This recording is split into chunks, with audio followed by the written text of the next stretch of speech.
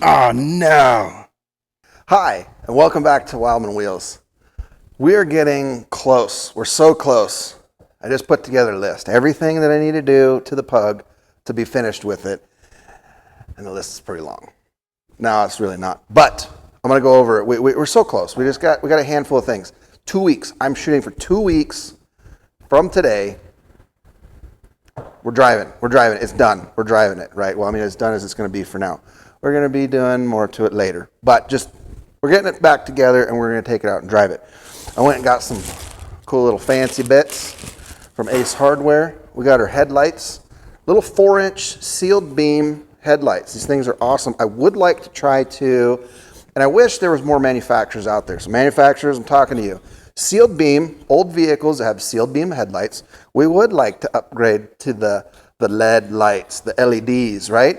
So can you make sealed beam housings so we can put them back into our little housings and like attach them to the vehicle that they came on, but then have a spot in the back where we can put our LEDs or LEDs, right? And then we can plug them in and use them, and that would be nice. We also want them to look like sealed beam lights. We want the original look because this is what the thing's supposed to look like. But we would like to have the modern, LEDs that are, super duper bright and, whatnot. Or, hey, maybe even the option to be able to just fit like a HID bulb in there. We want the thing to look like the thing, but not work like the thing. If you're catching my drift, okay? It doesn't even have to be glass. I mean, that'd be nice. Make it glass and then clip in, make it nice. I have money. I'll give it to you if you make a thing that does what I'm looking for, okay? So let's do a quick walk around. I'm going to show you everything we're going to get done to the pug today, and we're on a list. We're on a schedule.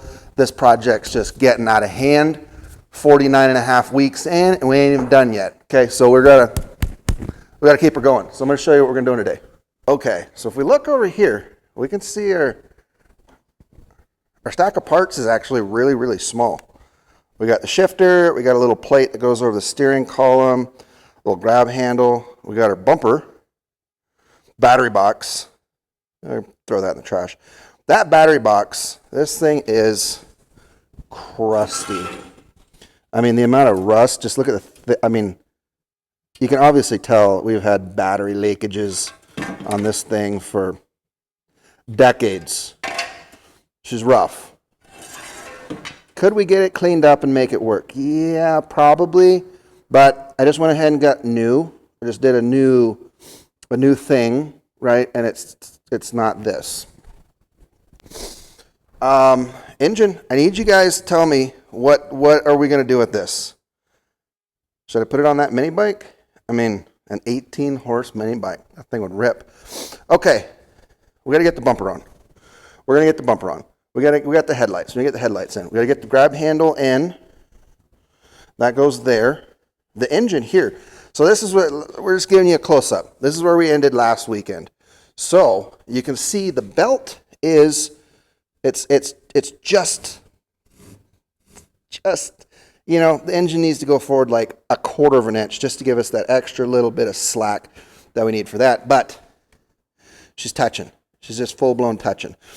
So we got to move this forward like an inch. I think if we move it forward 1 inch, I can move this forward a 1/4 of an inch, give the belt just that extra little bit of, and then it won't be touching, so it won't vibrate, and then we'll be good. And 1 inch, hey, I don't think you'll even notice it in the cab. The other thing we're going to be doing, we got to drill and tap this flag here so that stays put. And after that, I actually just got a bunch of parts in from Amazon, and I'll make sure to put in the links down below for those parts when we get to that stage. I got a muffler. We're going to be putting the muffler back inside of here. We're going to be running the exhaust up and over into here.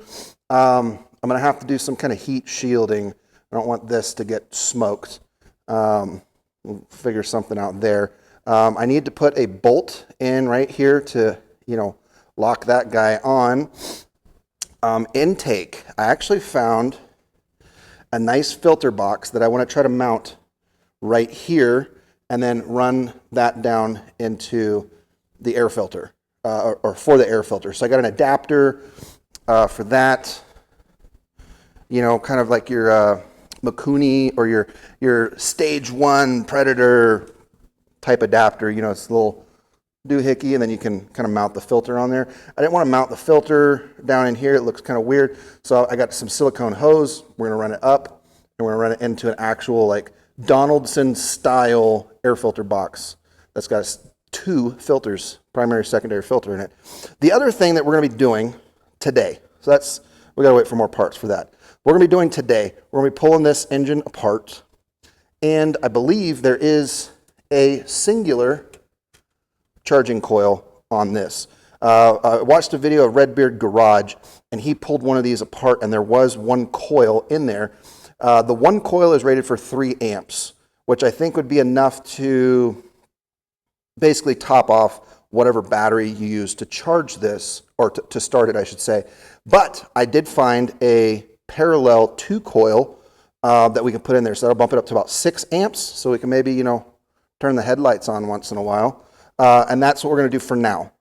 Like I said, this is all going to be changing. We're getting new axles, which means all of this has to come out. The way this is mounted, well, you saw how it's mounted. The axle, the front axle here is the front for the motor mount. The back of the motor mount is just back here on the frame. So when we do new axles, all of this is going to have to change. So we're going to have to change the motor mounting everything's, right? The linkage and steering, that's all going to stay the same, but this is all going to have to change. The drive shafts, those are going to have to change because we're going to have different axles. The axles are going to be further, closer, backwards, more, I don't know. And so that's going to be changing with that. We're also going to upgrade to, you know, probably bigger U-joints because bigger axle. So a lot of those things are going to change. So I'm not going to get super crazy, hardcore into let's make this the most perfect engine mounting plate you've ever seen. No, because we're going to take it back apart here in like 3 months when we get the axles and get everything situated. So let's just get this thing to run it and use it for now and have fun, drive it around, and then when we go to do the final upgrade with the awesome tires or axles, I should say, then we can go all out, make a perfect plate, mounting plate for this, and make a perfect thing for that, and get a new clutch for this and a new belt for that. We can do that in the future. So rather than doing all that, then doing it again a second time here in a couple months, let's just get this back together. We'll do that when that comes. So let's start with the bumper and this plate. Bumper is already cleaned up and primed. I just need to paint it. The plate, I need to clean that up, prime and paint that. We'll get the handle put on. We'll get the shift linkage installed. The head lips, I need to get some brackets from Ace. So we'll do that tomorrow. But let's just get going. All right. Here's our little piece. Yellow. Wonder if it was yellow at some point in time. I don't know. But it's going to be gray now. Is it kind of... Yeah, seems about right. There we go.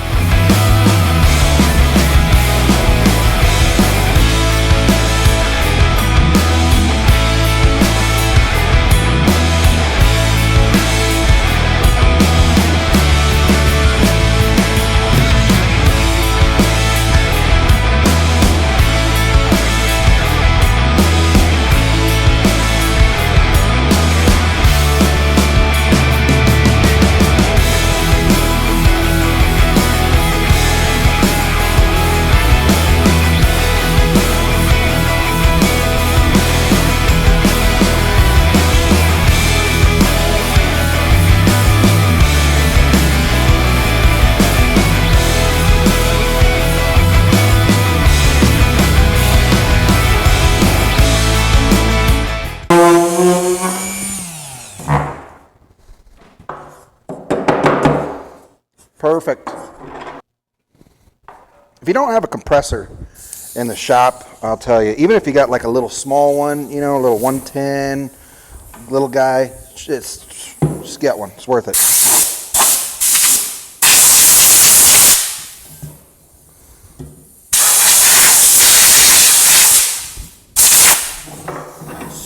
worth it. All right, let's wipe you down with some brake clean.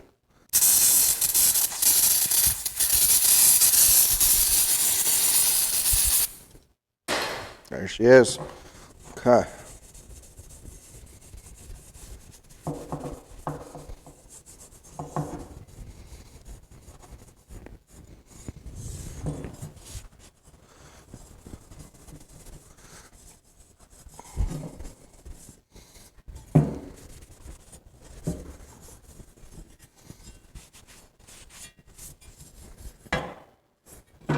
If you have not used stripping pads yet,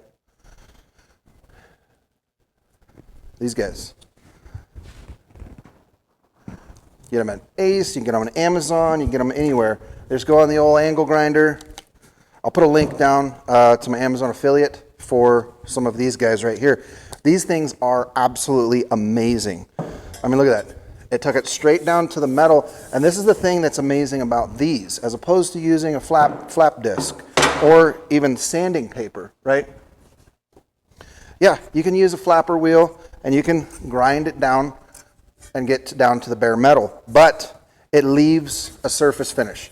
So look at this. This is where we use just the sander right here, just on this to catch that corner, just to kind of get it, you know, a little bit, and you can see there's a finish to it. You can see the actual scratches from the sandpaper. Now look at this. Look at this finish. It's perfect.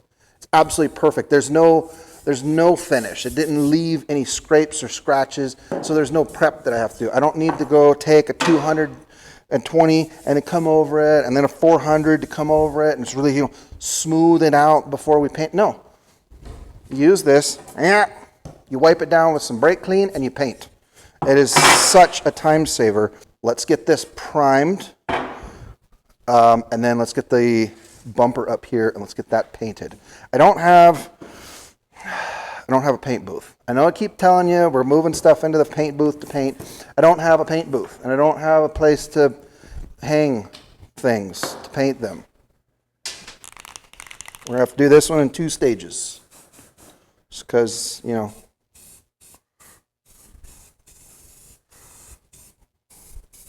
This paint booth I've been telling you about, I don't actually have it.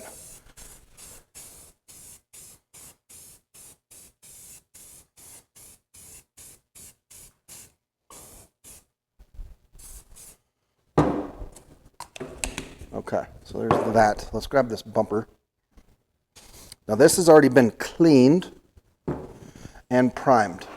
So like we'll just set it like this. I'll paint it.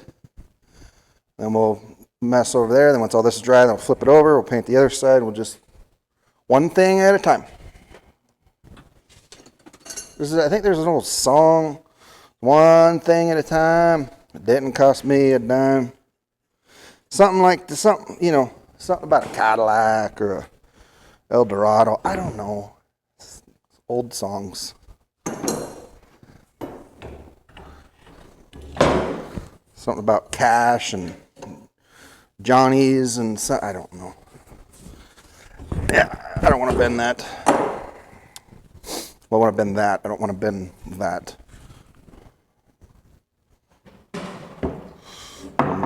Move you down here so we can apply our torquilizers more directly to the point.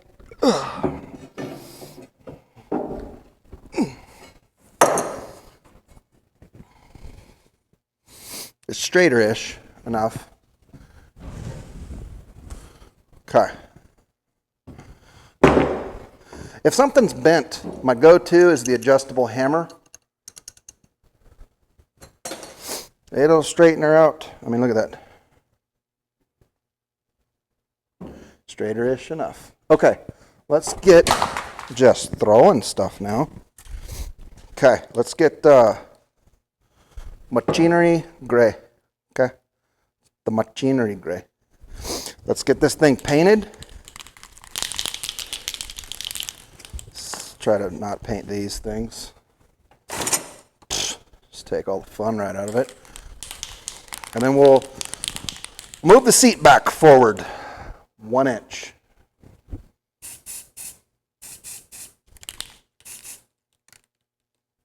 sure. Ooh.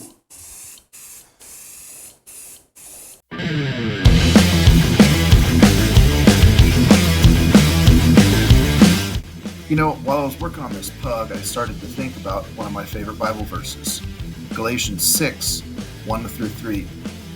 Dear brothers and sisters, if another believer is overcome by some sin, you who are godly should gently and humbly help that person back onto the right path, and be careful not to fall into the same temptation yourself. Share each other's burdens, and in this way obey the law of Christ. If you think you are too important to help someone, you are only fooling yourself. You are not that important.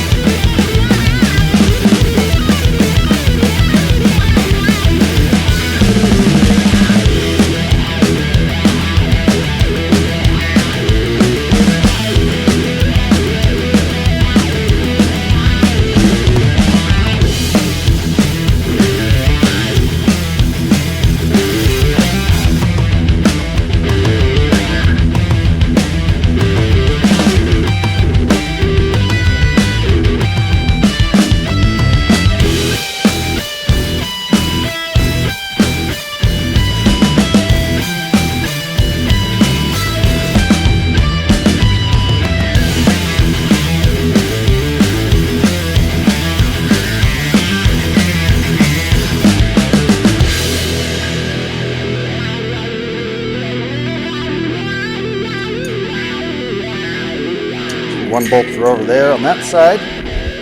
You know what we can do? While we're here, let's go ahead and drill the hole. So tomorrow, all I gotta do is just jam the bolt in there. All right, we got our plate installed. We got the bumper installed. What else? Oh, we got this bad boy moved forward. We got the engine, that's in its final position. As you can see, we got a nice, plenty of room there, so that won't have any vibrations.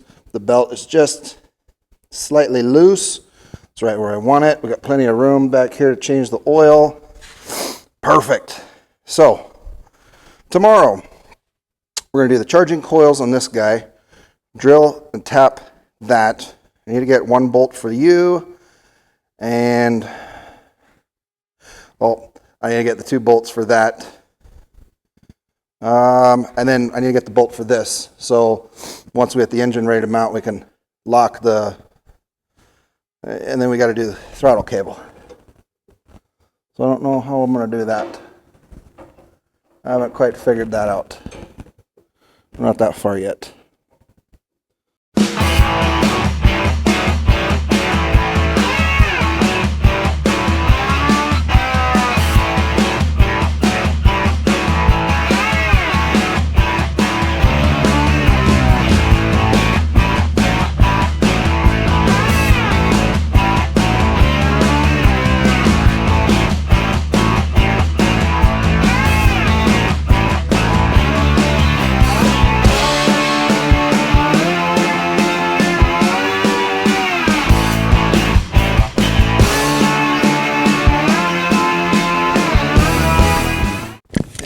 Just clear it. There is a piece of the frame kind of directly underneath this, and that's why I made it so oblong. So I've got to kind of actually be a little closer to here. I'd like to have the bolt kind of more centered, but I can't do that because there's a piece of the frame that's right here. So we're going to move it a little further on the outside, about so, and fingers crossed that is far enough. I'm sure it'll be fine.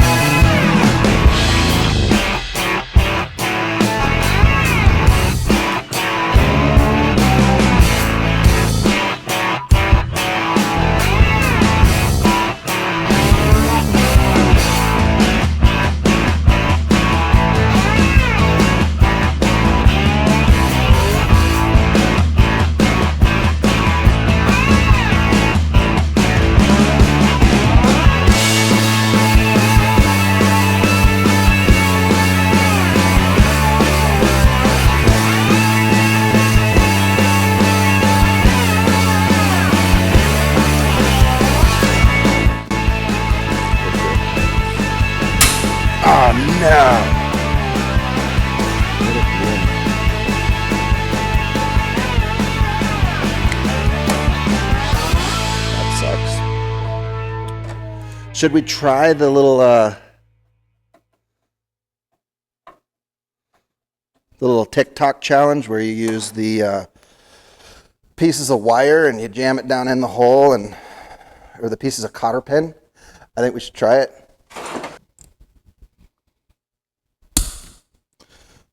This might work. It'll be pretty tough. All right.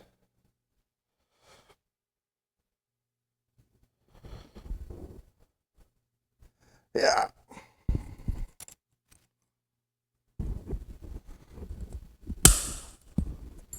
We're gonna see if we can use pieces of a cotter pin like this. Saw this on YouTube once, so therefore you know it's right. Has to be true.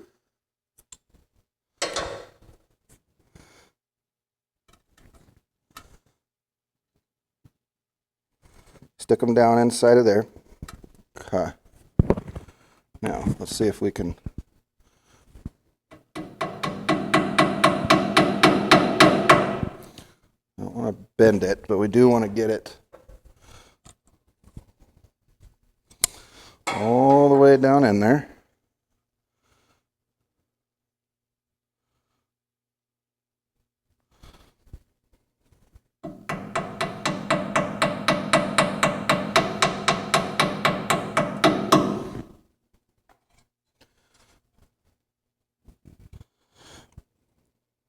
This might work, fellers.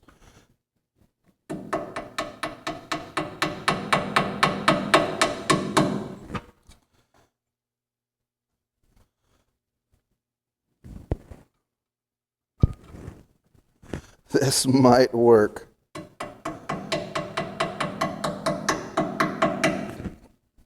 Okay, now take the unbroken side of the tap. Now in the TikTok, see, they're supposed to put the hose clamp around that and lock it all together. It's freezing cold out here. Okay, so I don't have hose clamps, but I've got safety wire and I got safety pliers. So let's see if we can't safety wire these dudes together.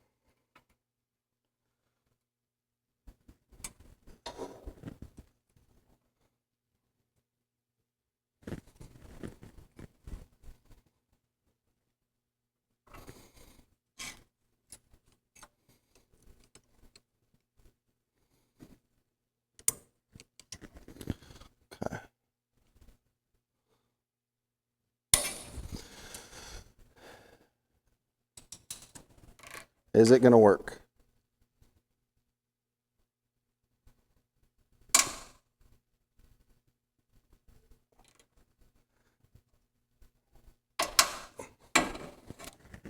No, it just broke the tip again. But I think if we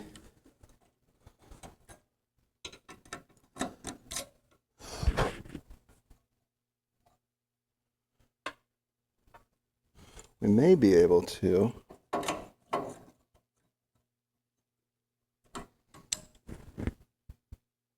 see, tip's just still breaking. Okay. Not saying this method won't work.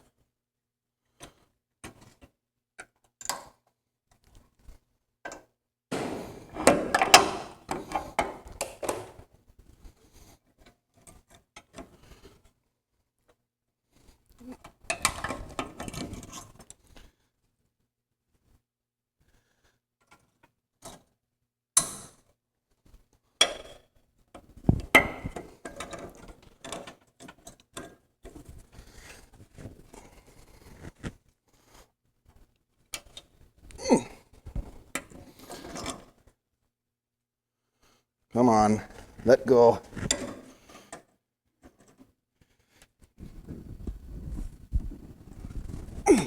Man, that thing is really in there.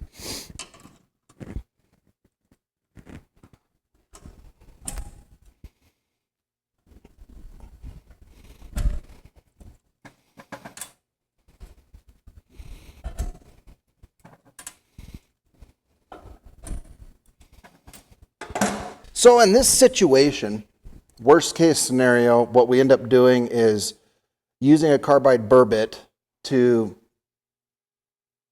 deteriorate, to cut this piece out, and we destroy the hole.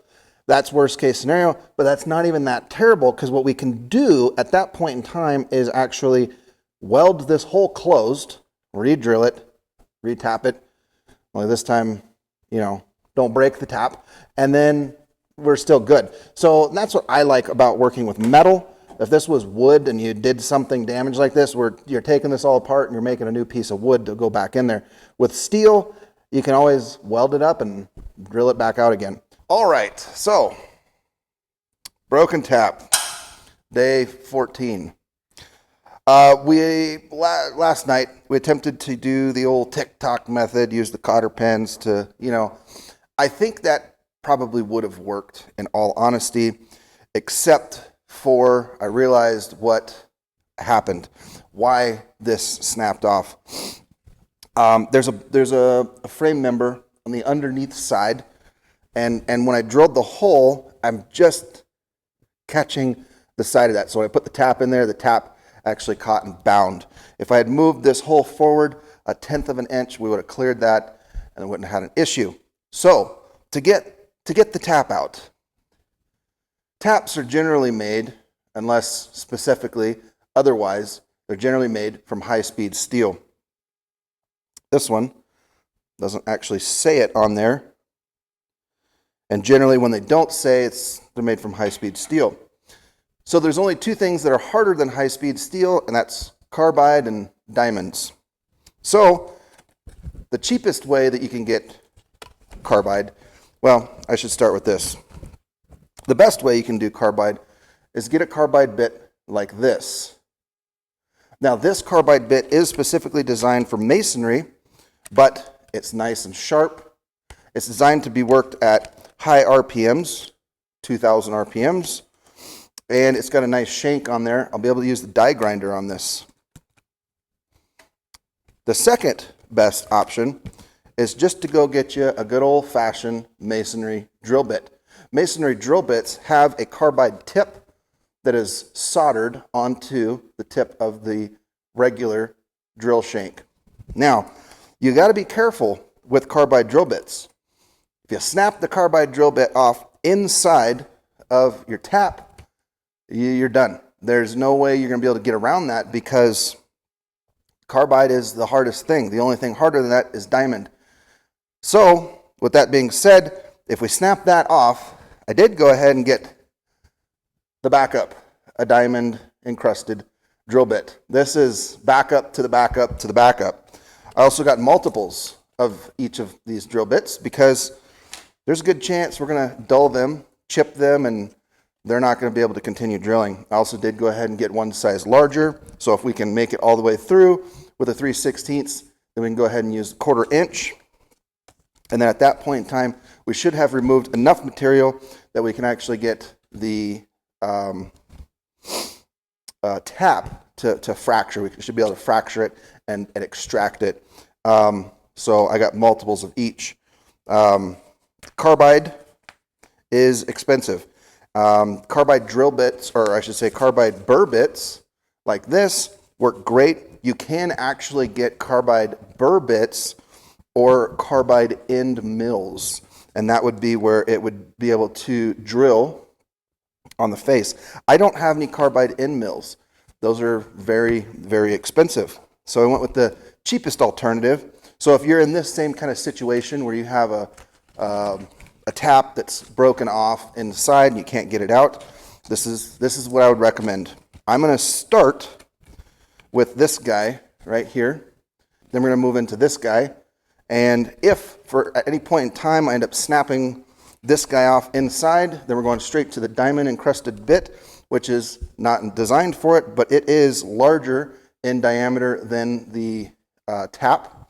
And so we'll basically be drilling out and making a larger hole, and then we'll be tapping it for one size larger bolt, and we'll still be able to make this work. So plan A, plan B, and plan C. So let's go ahead and jump in and get started. Now, thankfully, this one does have a triple fluted design, so hopefully these this chuck will be able to hold on to this guy a little bit better.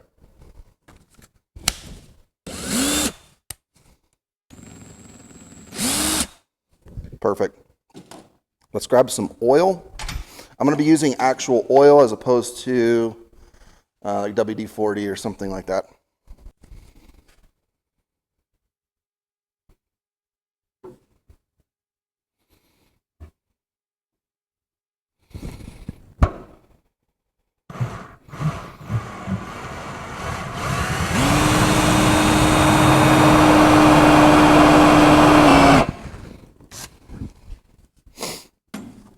So as you can see, it's just cutting right into it. We were able to actually create a small little divot, and that's going to give our drill bits a nice little centering starting spot.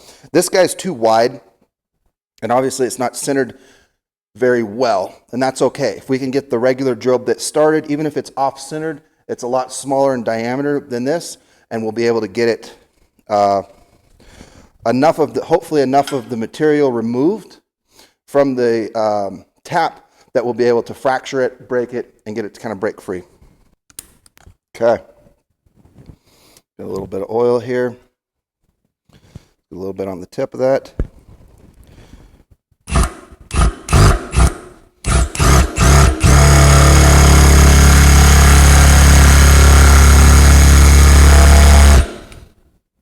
Kind of what I was worried about. The only downfall to masonry type bits, I don't know if you'll be able to see this in the camera, but masonry bits are more or less just designed to grind their way through material, whereas an actual metal cutting bit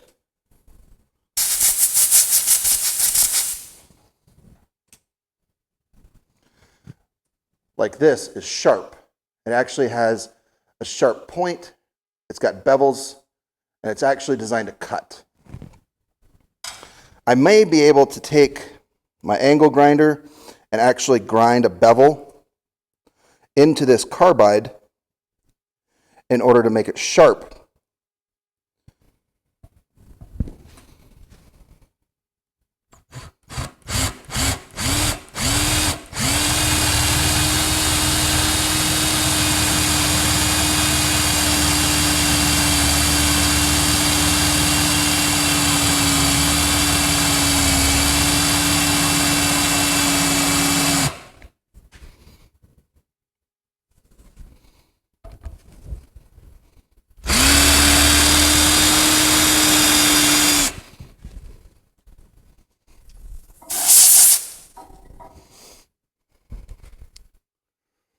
I'm trying to recenter. I'm going to go ahead and just use this.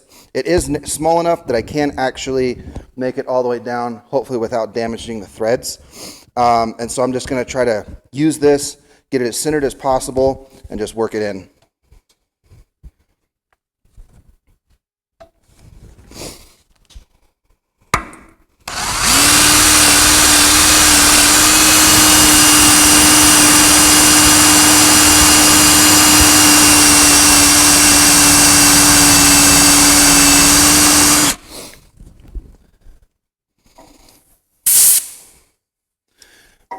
Looks like we're fairly centered, so now it's just time to drill.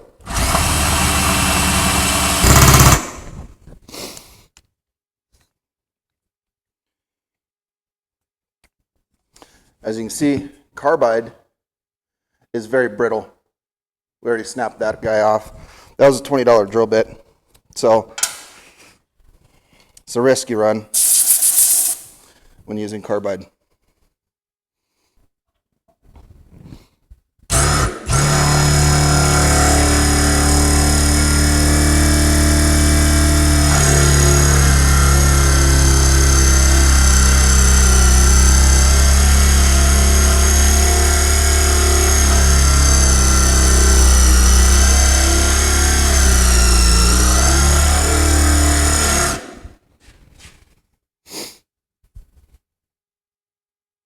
No, that's not doing nothing.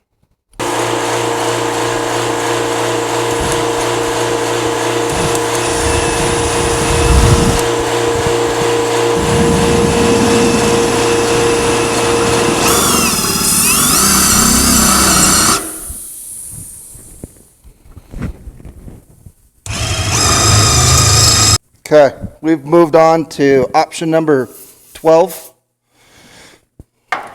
We got our diamond encrusted bit.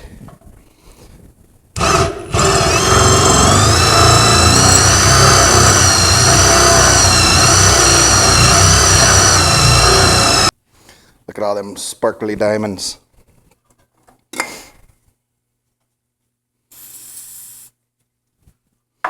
We're making great progress.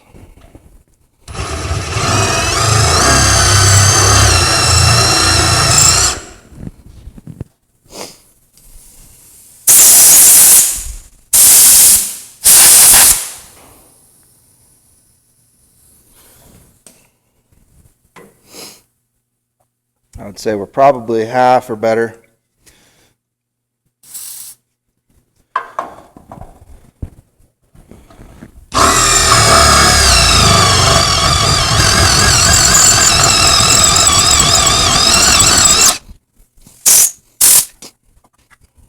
Really close.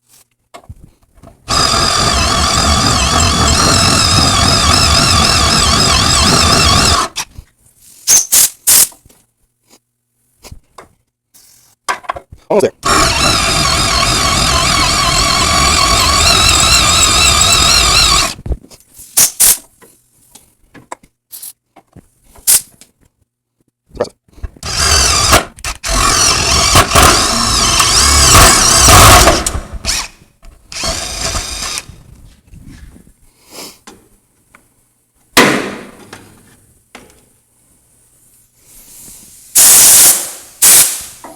There she goes. We got it out, finally. The diamond encrusted bit ended up being the savior of the day. And you know what? Sometimes that happens. Sometimes 15-minute jobs turn into 2-day jobs. It happens.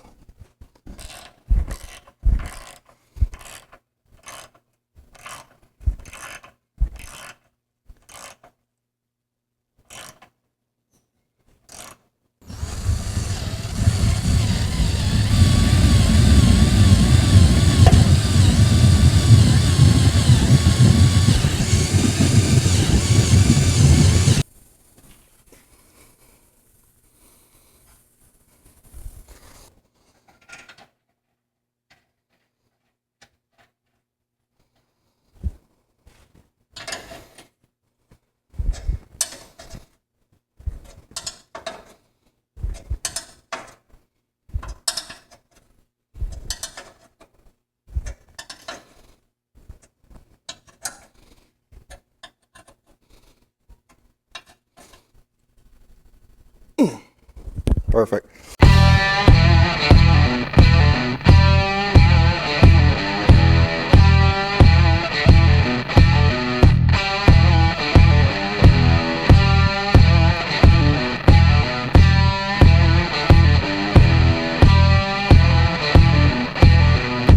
Here's what's left of that tap that was filled out with that diamond hole that just cut right through it like it was buttered.